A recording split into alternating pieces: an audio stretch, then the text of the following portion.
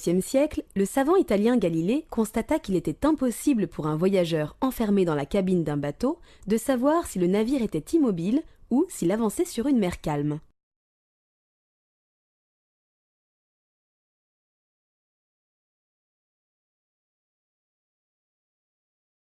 Que le navire soit à quai ou qu'il avance en ligne droite à une vitesse constante, disait-il, vous ne verrez pas le moindre changement dans ce qui vous entoure. Plaçons-nous dans le contexte d'une expérience de pensée imaginée par Galilée. Le bateau est à quai. Un marin laisse tomber une pierre du haut d'un mât. Celle-ci tombe verticalement à son pied. Quand le bateau est en mouvement, la pierre tombe aussi au pied du mât. Galilée en conclut qu'il est impossible de mettre en évidence le mouvement rectiligne et uniforme du bateau par une expérience de mécanique à l'intérieur.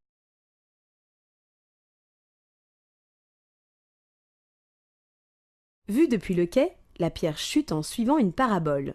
On en conclut que la trajectoire reste relative à l'observateur.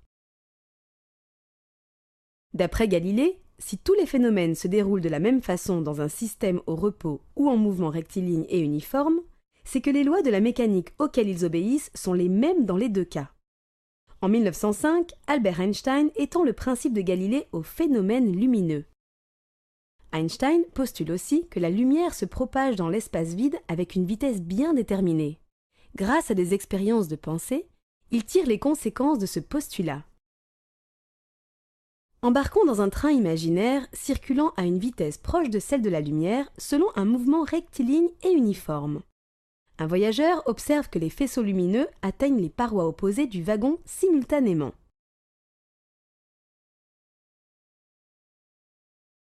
Comme la vitesse de la lumière est la même pour tous les observateurs, le chef de gare, sur le quai, constate que les faisceaux lumineux atteignent les parois opposées du wagon à des instants différents.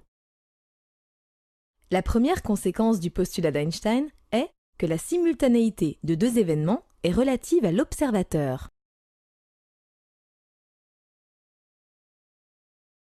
Dans le wagon, la durée qui sépare deux réflexions sur le miroir B ne dépend que de la hauteur du wagon et de la vitesse de la lumière. Cette durée est nommée durée propre pour signaler qu'elle sépare deux événements qui ont eu lieu au même endroit.